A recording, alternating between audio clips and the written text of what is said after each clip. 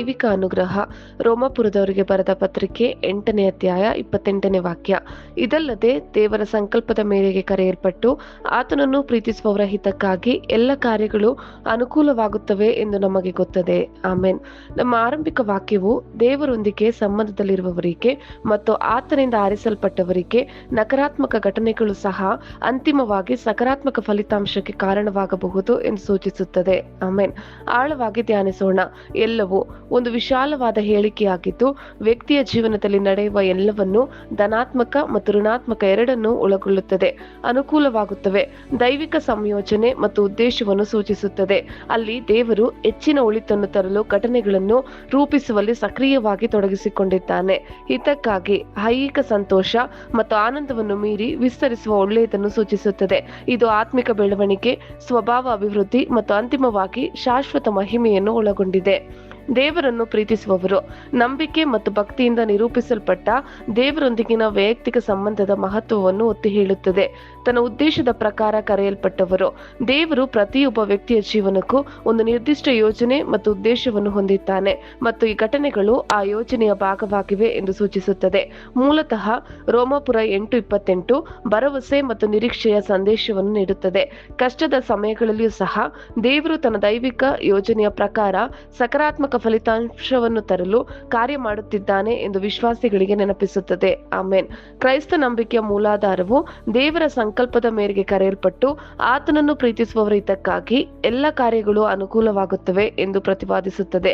ಕಷ್ಟಗಳ ನಡುವೆಯೂ ದೇವರ ಸಾರ್ವಭೌಮ ಯೋಜನೆಯು ಅಂತಿಮವಾಗಿ ವಿಶ್ವಾಸಿಗಳ ಪ್ರಯೋಜನಕ್ಕಾಗಿ ಎಂದು ಈ ವಾಕ್ಯವು ಭರವಸೆ ನೀಡುತ್ತದೆ. ಇದು ಭರವಸೆಯ ನಿರೀಕ್ಷೆ ಮತ್ತು ಪರಿಸ್ಥಿತಿಗಳು ಪ್ರತಿಕೂಲವೆಂದು ತೋರಿದಾಗಲೂ ದೇವರ ಜ್ಞಾನ ಮತ್ತು ಪ್ರೀತಿಯಲ್ಲಿ ನಂಬಿಕೆ ಇಡಲು ಕರೆಯಾಗಿದೆ. ರೋಮ 8:28 ಪ್ರಮುಖ ಅಂಶಗಳು. ದೇವರ ಸಾರ್ವಭೌಮತ್ವ. ಈ ವಾಕ್ಯವು ದೇವರ ಅಂತಿಮ ನಿಯಂತ್ರಣ ಮತ್ತು ಆತನನ್ನು ಪ್ರೀತಿಸುವ ಒಳಿತಿಗಾಗಿ ಘಟನೆಗಳನ್ನು ಸಂಘಟಿಸುವ ಸಾಮರ್ಥ್ಯವನ್ನು ಎತ್ತಿ ತೋರಿಸುತ್ತದೆ. ಷರತ್ತುಬದ್ಧ ವಾಗ್ದಾನ. ಎಲ್ಲ ಕಾರ್ಯಗಳು ಅನುಕೂಲವಾಗುತ್ತವೆ ಎಂಬ ವಾಗ್ದಾನವು ದೇವರನ್ನು ಪ್ರೀತಿಸುವುದು ಮತ್ತು ಆತನ ಉದ್ದೇಶದ ಪ್ರಕಾರ ಕರೆಯಲ್ಪಡುವುದರ ಮೇಲೆ ಷರತ್ತುಬದ್ಧವಾಗಿದೆ. ಅಂತಿಮ ಒಳ್ಳೆಯದು. ಈ ವಾಕ್ಯದಲ್ಲಿನ ಒಳ್ಳೆಯದು ಅಥವಾ ಅನುಕೂಲವಾಗುತ್ತವೆ ಅಗತ್ಯವಾಗಿ ತಾತ್ಕಾಲಿಕ ಅಥವಾ ಭೌತಿಕವಲ್ಲ, ಬದಲಿಗೆ ಆತ್ಮಿಕ ಮತ್ತು ಶಾಶ್ವತವಾಗಿದೆ. ಇದು ನಮ್ಮ ಜೀವನ ಮತ್ತು ಆತನ ಅಂತಿಮ ಉದ್ದೇಶಗಳಿಗಾಗಿ ದೇವರ ಯೋಜನೆಗೆ ಸಂಬಂಧಿಸಿದೆ. ದುಃಖದಲ್ಲಿ ಭರವಸೆ. ರೋಮ 8:28 ದುಃಖದ ನಡುವೆ ಸಂತೈಸುವಿಕೆ ಮತ್ತು ಭರವಸೆಯನ್ನು ಒದಗಿಸುತ್ತದೆ. ಶೋಧನೆಗಳ ಮೂಲಕವೂ ದೇವರು ಅವರ ಒಳಿತಿಗಾಗಿ ಕಾರ್ಯ ಮಾಡುತ್ತಿದ್ದಾನೆ ಎಂದು ವಿಶ್ವಾಸಿಗಳಿಗೆ ನೆನಪಿಸುತ್ತದೆ. ದೃಷ್ಟಿಕೋನದ ಮರುನಿರ್ದೇಶನ.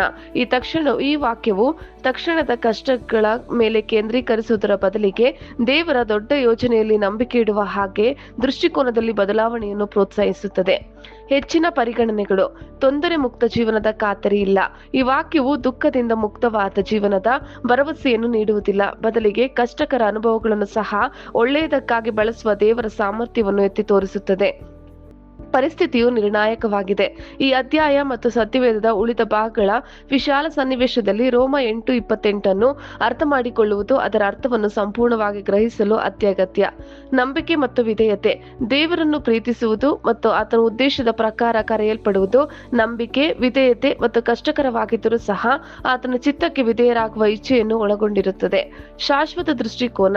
ಈ ವಾಕ್ಯವು ವಿಶ್ವಾಸಿಗಳಿಗೆ ತಮ್ಮ ಅಂತಿಮ ಗಮ್ಯಸ್ಥಾನವನ್ನು ಮತ್ತು ಅವರ ಜೀವನಕ್ಕಾಗಿ ದೇವರ ಶಾಶ್ವತ ಯೋಜನೆಯನ್ನು ಪರಿಗಣಿಸಲು ಪ್ರೋತ್ಸಾಹಿಸುತ್ತದೆ.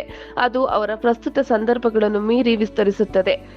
ಸಂತೈಸುವ ದೇವರು. ಆದಿಕಾಂಡ 50:19-21 ಯೋಸೇಫನು ಅವರಿಗೆ, ಹೆದರಬೇಡಿರಿ, ನಾನೇನು ದೇವರ ಪ್ರತಿನಿಧಿಯೇ? ನೀವಂತೂ ನನಗೆ ಕೇಡಾಗಬೇಕೆಂದು ಎಣಿಸಿದ್ದೀರಿ, ಆದರೆ ದೇವರು ಮೇಲಾಗಬೇಕೆಂದು ಸಂಕಲ್ಪಿಸಿದನು. ಈಗ ಅನುಭವಕ್ಕೆ ಬಂದ ಪ್ರಕಾರ ಅನೇಕ ಪ್ರಾಣಿಗಳಿಗೆ ಸಂರಕ್ಷಣೆಯುಂಟಾಗುವಂತೆ ಮಾಡಿದನು. ಆದುದರಿಂದ ನೀವು ಸ್ವಲ್ಪವೂ ಭಯಪಡಬೇಡಿರಿ, ನಾನು ನಿಮ್ಮನ್ನು ನಿಮಗೆ ಸೇರಿದವರೆಲ್ಲವರನ್ನು ಪೋಷಿಸುವೆನು ಎಂದು ಹೇಳಿ ಅವರನ್ನು ಸಂತೈಸಿ ಅವರ ಸಂಗಡ ಪ್ರೀತಿಯಿಂದ ಮಾತಾಡಿದನು. ಆಮೇನ್. ಕರ್ತನ ಕೃಪೆ ನಿಮ್ಮೆಲ್ಲರೊಂದಿಗಿರಲಿ.